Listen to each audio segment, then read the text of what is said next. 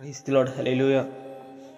ప్రభు అయిన యేసుక్రీస్తు నామములో ఈ వాగ్దాన శుభోదయం అనే కార్యక్రమాన్ని వీక్షిస్తున్న మీ అందరికీ వందనాలు. ఈరోజు కూడా ఒక చక్కని వాగ్దానంతో మీ ముందుకు రావటం జరిగింది.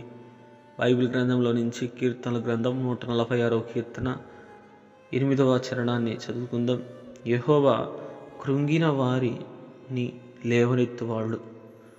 ఇక్కడ చదవబడిన లేఖన భాగంలో యెహోవా కృంగిపోయిన వారిని లేవనెత్తువాడంట. నిజమే, మనుషులు అయితే కృంగుబాటు గురి చేస్తూ ఉంటారు, మనల్ని అణిచివేయాలని చూస్తూ ఉంటారు. కానీ దేవుడు మనుషులు అణిచివేసిన దాని నుండి మనల్ని పైకి లేవనెత్తుతాడు. అంటే కృంగుబాటు స్థితిలో నుండి పైకి లేవనెత్తగలిగిన ఒకే ఒక్కడు ఆయన నజరేయుడగు యేసుక్రీస్తు.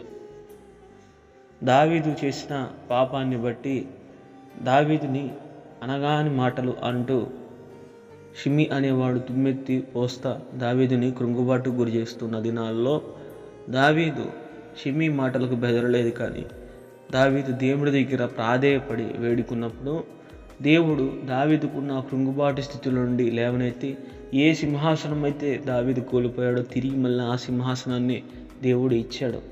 అదేవిధంగా చేయని నేరం మీద పడి పోతిఫరు భార్య ఆరోపణ చేసి అక్కడ ఉన్న సమాజం అంతా యోసేపు ఒక పాపాత్ముడు అని ఆరోపణ చేస్తే యోసేపు ఒక కృంగుబాటు స్థితిలో ఉన్నప్పుడు దేవుడు యోసేపుని జ్ఞాపకం చేసుకున్నాడు కనుక అట్టి కృంగుబాటు స్థితిలో నుండి యోసేపుని దేవుడు పైకి లేవనెత్తి ఐగుప్తు దేశం అంతటికి ప్రధానిగా చేశాడు. ఇది మీ అందరికీ తెలుసు.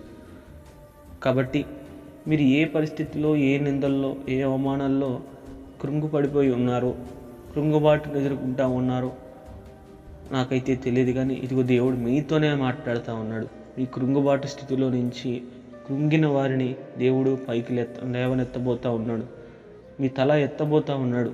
ఇదిగో ఈ సంవత్సరం శుభారంభంలో దేవుడు మీతోనే ఇది ఈ వాగ్దానం ద్వారా మాట్లాడుతూ ఉన్నాడు. మీ తల పైకి ఎత్తబోతూ ఉన్నాడు, మిమ్మల్ని లేవనెత్తబోతూ ఉన్నాడు.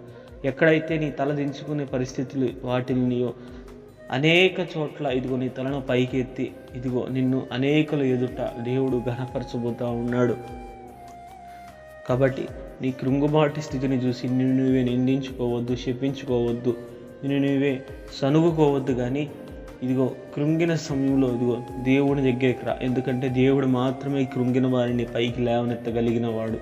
మనుషులు ఎవ్వరూ పైకి లేవనెత్తగలిగిన వాళ్ళు లేరు. కాబట్టి దేవుడి దగ్గరికి రా, దేవుడికి ప్రార్థన చేయి. ఇదిగో దేవుడు ఒక్కసారి మనల్ని జ్ఞాపకం చేసుకుంటే చాలు.